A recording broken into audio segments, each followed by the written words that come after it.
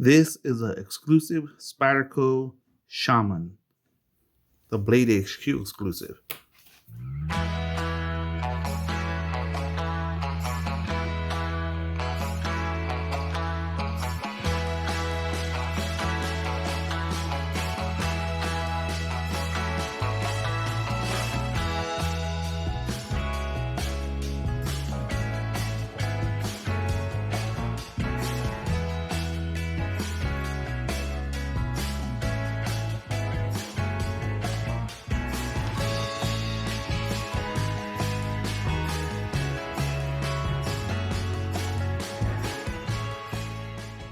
The Spyderco Shaman is a EDC manual folder that is proudly made in the USA. Spyderco also wants everybody to know it's made specifically in Golden, Colorado on Earth. So, if you're confused about its origin, I hope that extra laser etching clears it up for you. Its overall length is 8 inches, and a little over 3.5 inches of that is a sexy tactical black Cerakote covered drop point blade made from CPM M4 super steel. Ooh. Just saying that gives me the shivers. The handle material is a, quote, natural, end quote, jade G10, and it is lightly textured. Is G10 really that color naturally? I don't know. You guys let me know in the comments. Anyways, skeletonized steel liners keep the Shaman light, and it only weighs around 5.2 ounces. This Spyderco Shaman is an in-house Spyderco design and has some really cool design details. Of course, the trademark Spidey hole is there. I believe the official trademark name is the round hole, but I like Spidey hole a lot better. Either way, it looks great and works. I'm gonna have to work on my Spidey flick though. It's harder than it looks. The JG10 handles are semi-translucent and allow you to see the nested skeletonized steel liners. The steel liner should make this a strong and robust knife. The handle is ergonomically contoured and also has a finger choil to grip higher up on the blade. Both the finger choil and a portion of the spine have aggressive jimping that almost verges on sharp. The gorgeous black Cerakote drop point blade features a full flat saber grind, and the pocket clip and hardware are also painted black to match. I'm not sure if the hardware is Cerakote, but it looks great. The pocket clip comes out of the box in right hand tip up carry, but is fully adjustable for right and left hand use and tip up or tip down carry. So basically a 4-way pocket clip. Awesome. A small lanyard hole is also available regardless of how you set up the Shaman for everyday carry. Overall, I love the design and overall look of the Spyderco Shaman. The locking mechanism on the Spyderco Shaman is a high-strength compression lock that is actuated on the top of the knife and is part of the steel liner system. The lock also has some blocky details so you can find it without looking, but I wouldn't call it jimping. Either way, this lock can boast extra safety benefits as your fingers are not in the knife path when closing. Once the lock is disengaged, the blade closes freely and easily. With some practice, I can see one-handed deployment and closing. And, maybe being able to Spidey flick. So the Spyderco Shaman has performed great, easily accomplishing most of the cutting and slicing tasks I've thrown at it. This knife is marketed as an EDC everyday carry knife, and normally with everyday carry knives, I don't use them the same way I would use a camping or survival knife. But this knife did have that full flat saber grind, so I figured, you know what, let's see how it works.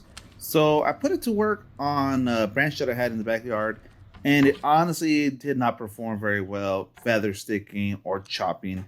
But like I said, it is an EDC knife, not a survival camp knife. I just figured, they're also advertising how robust and strong it is, that maybe it might be good at it.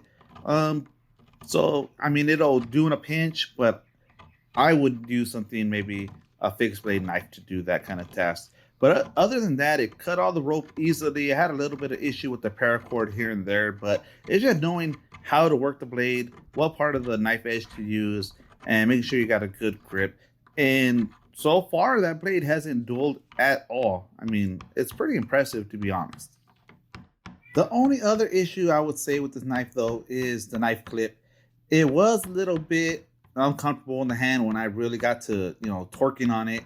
It did kind of like create a hot spot, but you're normally not going to be torquing on that knife that hard for most everyday carry tasks, so I don't see it as a big deal. This is the first Spyderco in my collection, and I'm happy with the build quality of this knife. The knife centering is spot on and the grinds look great. The G10 scales are slim but seem strong, and the skeletonized steel liners help the knife feel substantial and strong. My only issue is the quote unquote disclaimer card the knife came with, warning me not to expose the knife to moisture, skin oils, and acidic fluids like citrus fruit. So, I live in Bakersfield, California. It gets hot, real hot. So, it's gonna get plenty of sweaty skin oil on it. I love to fish, so it's probably gonna get wet. And I love drinking Mexican beer with lemons and limes. Hand me a Modelo or Corona, and you better believe I'm chopping up those lemons and limes. So it's definitely gonna get exposed to lots of acidic fluids. That is, unless I don't use it. I mean, I can keep this knife as a showpiece only, but for what I paid, do I really want that? I enjoy carrying my knives and using them whenever the need arises. I'm known to my family and friends as a guy who always has a knife on them, and that's a point of pride to me. So I'm gonna stay true to me and use this knife as I would any other knife in my collection. I'll try to keep it clean and oiled up, and we will see if any corrosion arises. I'll keep you guys posted. Which brings us to value. All in with tax, I spent around $240 on this Spyderco Shaman. Thank God for layaway. I know the price will be a deal breaker to many. I mean, it took me 4 months to pay off this layaway, so I feel your pain.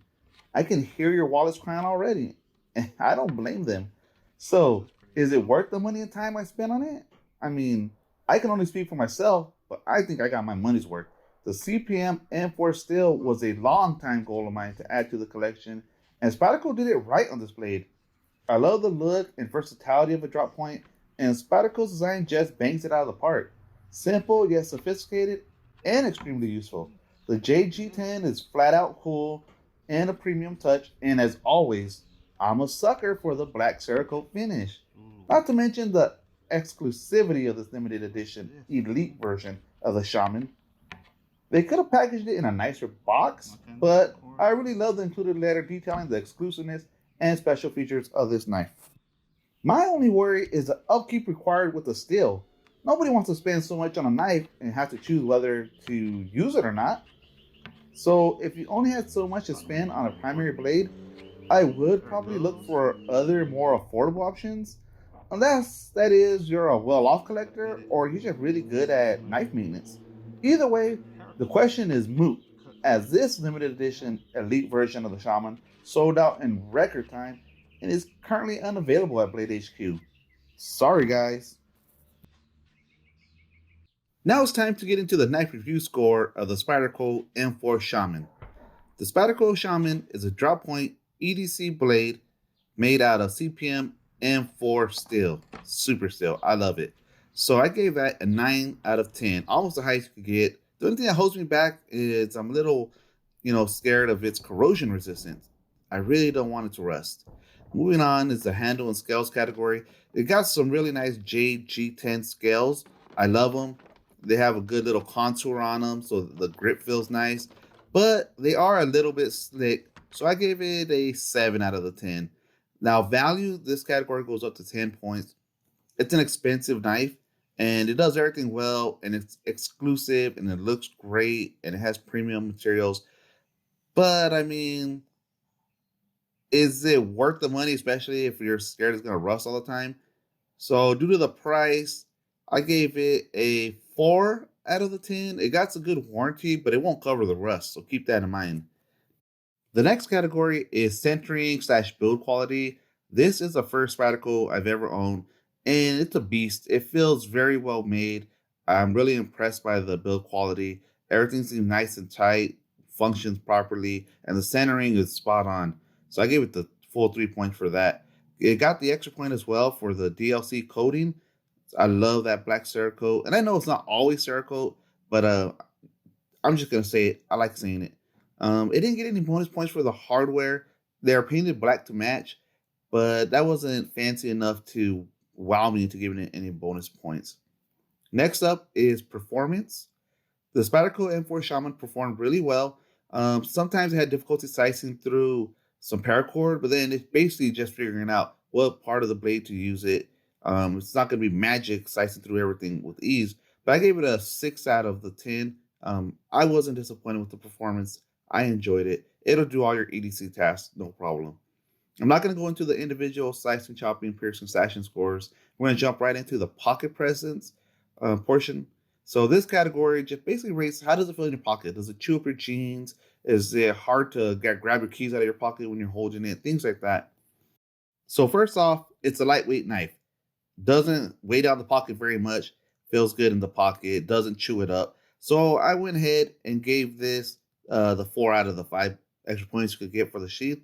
And last but not least, where is the extra point category. This is based on subjective style, design, features, exclusivity, and I gave it a 4 out of the bonus 5 you could give it.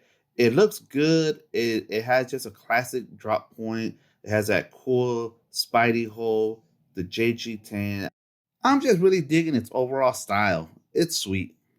So, to sum things up, I think Spyderco did a fantastic job on this elite BladeHQ limited edition Shaman.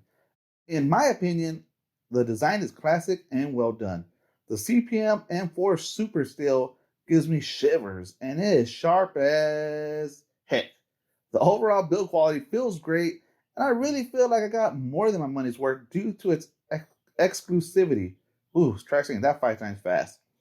It's an expensive knife, but if you're a hardcore collector or a Spyderco fan, you'd be more than happy to own this knife. Well, that's it for this week's episode of Survival Crash Course.